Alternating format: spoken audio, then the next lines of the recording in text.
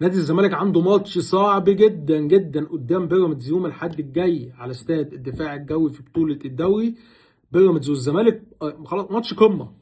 الاثنين مرشحان بقوة للفوز ببطولة الدوري. بيراميدز كمان السنة دي الحقيقة ماشي بشكل حلو قوي على كل البطولات، عارف انت محدش حاسس بيه وما شاء الله بيكسب. مرشح بقوه للفوز بدوري ابطال افريقيا مع النادي الاهلي بالمناسبه كمان. فبيراميدز ماشي بكل الاتجاهات وبقى عنده الخبرات ان انت تقدر تتعامل مع الماتشات الكبيره ازاي وتقدر تخرج منها كسبان ازاي.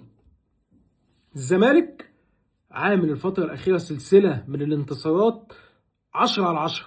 هتفضل بص هتفضل تقول كده اصل وسط كل الظروف والمشاكل والازمات اللي الزمالك بيمر بيها بيكسب، وكل ماتش الزمالك بيكسبه بيدي دفعه معنويه كبيره جدا وبيزود الحلم عند لعيبه نادي الزمالك والثقه ان انا ممكن اكسب. بدات لا تصدق ان انا ممكن اخد الدوري بعد بقى الموضوع كان صعب وبعيد جدا جدا. لا بقى عندك ثقه ان انا ممكن اخد الدوري. انا ما قلش حاجه عن باقي الانديه الموجوده. عندي مشاكل وازمات لكن تبص لا انا ما قلش حاجه عن باقي الانديه اللي موجوده وبقدر العب واكسب وادي وكل ماتش جمهور الزمالك بتزداد ثقته في اللعيبه وداعم للعيبه بشكل اكبر من الماتش اللي قبليه. طيب ماتش الزمالك وبيراميدز يوم الاحد الجاي، ان الحمد لله ربنا كرم نادي الزمالك. كان احد اللعيبه خوان بيزيرا لاعب نادي الزمالك كان مهدد بالغياب عن الماتش. ازاي؟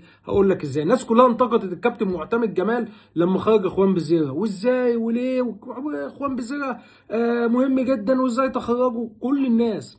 خوان بيزيرا لو كان كمل 10 دقايق بس في الملعب تاني كان هيتصاب. اللي حصل ان الراجل قبل ما يخرج وهو بيشتكي وماسك العضله الخلفيه، دي ما حدش شافها ولقطه ما حدش وما جاتش في التلفزيون اصلا. هتقول لي عرفت ازاي؟ اقول لك يا جماعه يعني الحمد لله بفضل الله اولا واخيرا يعني لينا مصادرنا وبنتكلم وبنتابع ونشوف ايه اللي بيحصل وبنسال الراجل ده اتبدل ليه والراجل ده نزل ليه وايه اللي حصل كواليس الماتش.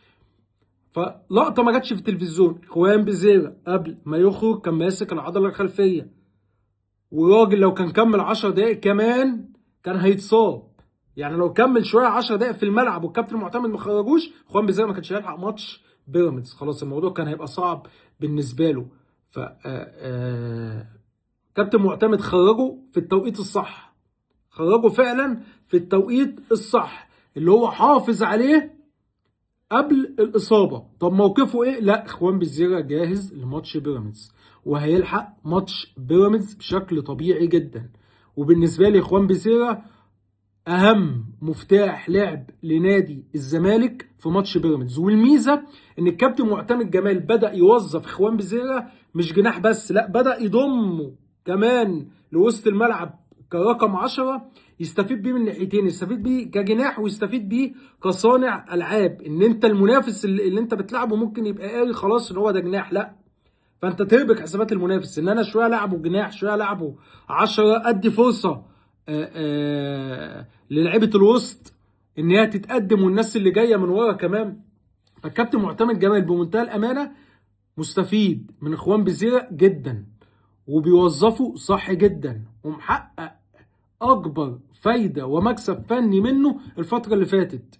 كابتن معتمد جمال بمنتهى الامانه من اول ما جه لحد دلوقتي بعض اللعيبه كانت بعيده عن مستواها، الراجل بيطلع منهم احسن حاجه. ويكفي ان انت بتوظف بعض اللعيبه في غير مراكزها وبتأدي وبتتألق زي مين؟ زي محمد اسماعيل اللي وظفه من الدفاع لخط الوسط عشان يسد النقص اللي موجود في خط وسط نادي الزمالك. عدي الدباغ بيلعبوا جناح ومتألق. شوف الماتش اللي فات خد الكوره وضم وحطها بشماله جت في القائم، يعني احسن من اي جناح. فده ميزه في الكابتن معتمد ان انت تقدر تستفيد وتوظف اللعيبه الامكانيات اللعيبه اللي عندك وتخرج منهم افضل حاجه. وما تنساش ان انت عندك مشكله بسبب ايقاف القيد ومشكله غيابات كتير ومشكله نواقص كتير.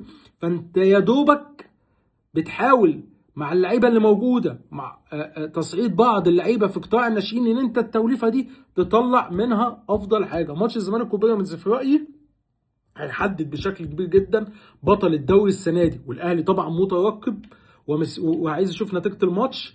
وبالنسبه للاهلي طبعا التعادل هتبقى افضل نتيجه للنادي الاهلي، وسيراميكا كمان موجود وبقوه في المنافسه على بطوله الدوري.